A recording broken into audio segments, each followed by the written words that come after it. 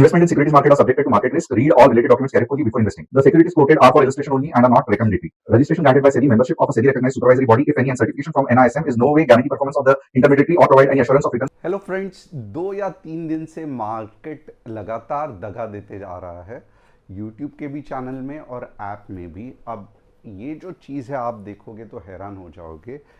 23,400 कहा था टारगेट 2 है शॉर्ट के लिए, और मार्केट गैप डाउन ही 23,400 एग्जैक्टली आप देखना, गैप डाउन ही 23,400 पे हुआ और वहाँ से मार्केट ने अपनी उल्टी गिनती चालू कर दी।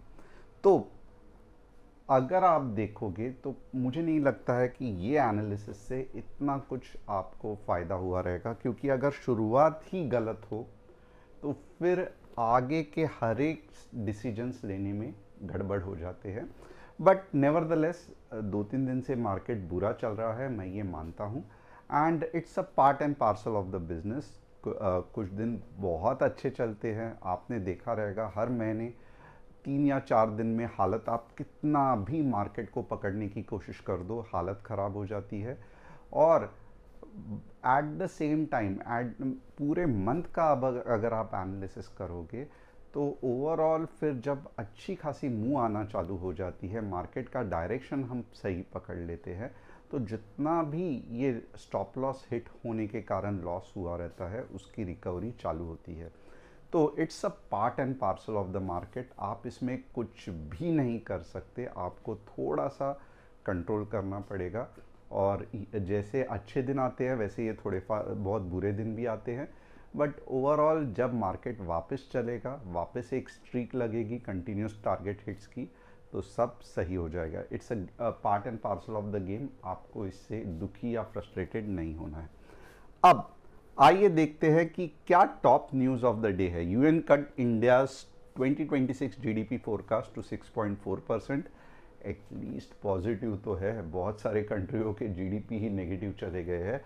एंड एनीवेज यस, जो एक चीज़ है जो मैं पर्सनली बहुत हेट करता हूँ और बार बार मैंने ये कहा भी है कि जिस तरीके से गवर्नमेंट एसटीटी लगा रही है, राइट, या जिस तरीके से long term capital gain tax, short term capital gain tax पे इतना ज़्यादा मीन्स 20% और ये सब लग रहा है, जिस तरीके से रूपी डिप्रिशिएट हो रहा है, मीन्स गिरते ही जा रहा है, खड़े होने का नाम ही नहीं ले रहा है।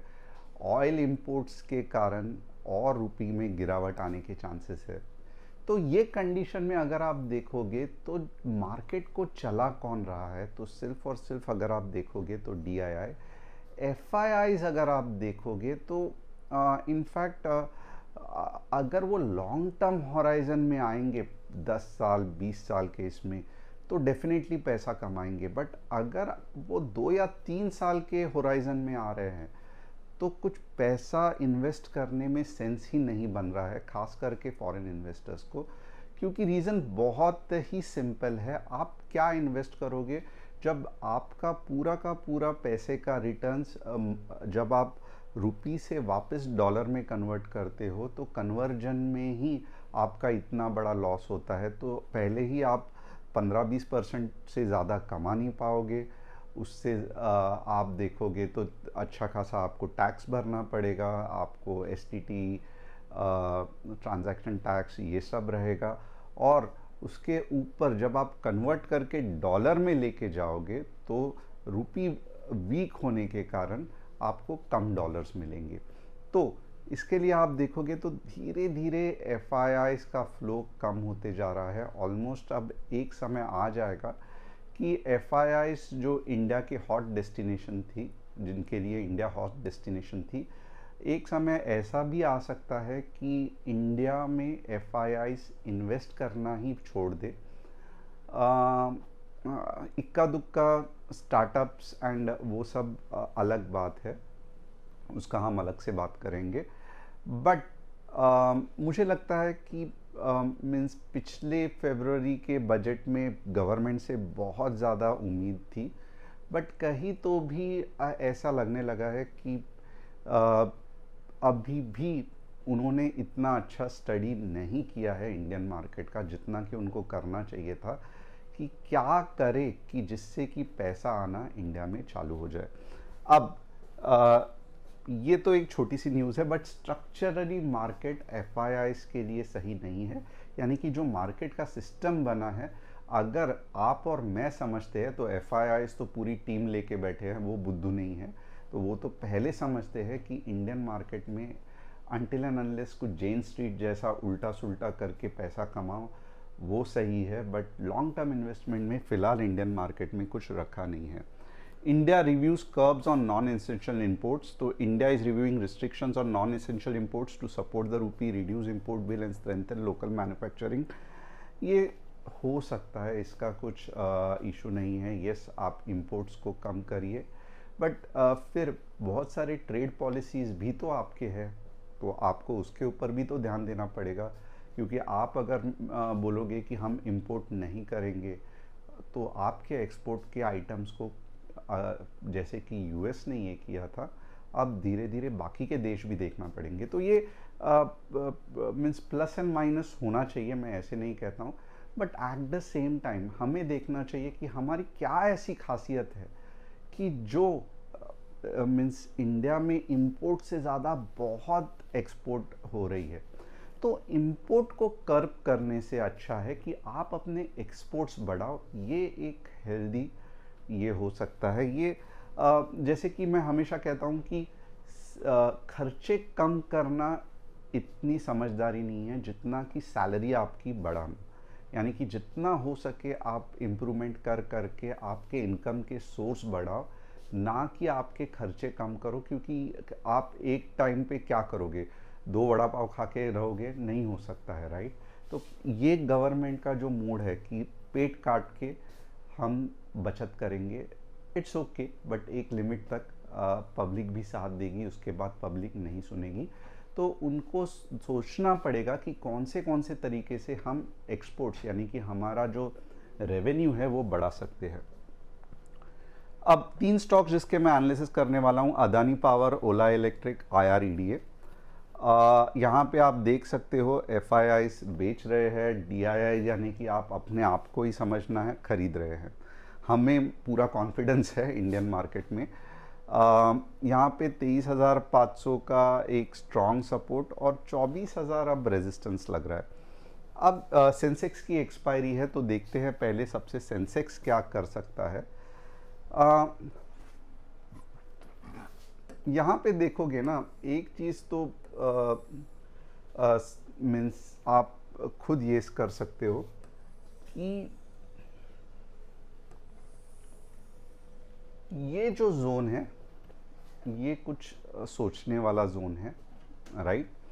और अगर आप बोलोगे कि मैं पुट कहाँ पे खरीदूँ ये जोन पे, तो मैं आपको यही राय दूंगा कि 75,250 के नीचे आप पुट खरीदना। 15 मिनट्स रेड कैंडल क्लोजिंग, कहाँ तक खरीदना, 75K तक। और आज आप कल देख सकते हो निफ्टी में इतनी मूव नहीं आती है जितना सेंसेक्स एक्सपायरी में आती है। तो इसके लिए डेफिनेटली कल सेंसेक्स में हमें देखना पड़ेगा कि क्या एक सुपर मूव आ सकती है। And eight the same time आप लॉन्ग कब जाने की कोशिश करोगे, तो आप लॉन्ग जो है वो 75,430 के बाद, 75,430 के बाद आप स्ट्रेट अवे मैं तो यही कहूँगा कि 75,600 के आसपास आप देख सकते हो। यहाँ पे कुछ सेलिंग जोन है, बट अगर मार्केट को ये सेलिंग जोन तोड़ना है तो कल यहाँ से, कल मॉर्निंग को ही ये तोड़ना पड़ेगा। और कहाँ तक मार्केट जा सकता है, 75,750 तक। तो अगर वैसे नहीं हुआ, वापस मार्केट 15 मिनट में गोते खाने लगा, तो अच्छा नहीं है। इसके नीचे तो भूल ही जाओ। ये मीन्स इसके ऊपर फिर भी एक चांस है कि जस्ट 75,000 जाके ऊपर आ जाए।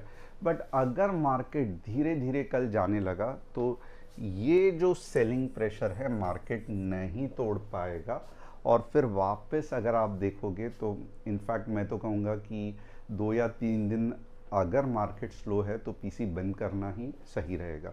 तो होप आपको एनालिसिस समझ में आया रहेगा। अब निफ्टी का एनालिसिस देखते हैं कि क्या निफ्टी उसी तरीके से हमें सपोर्ट कर सकती है।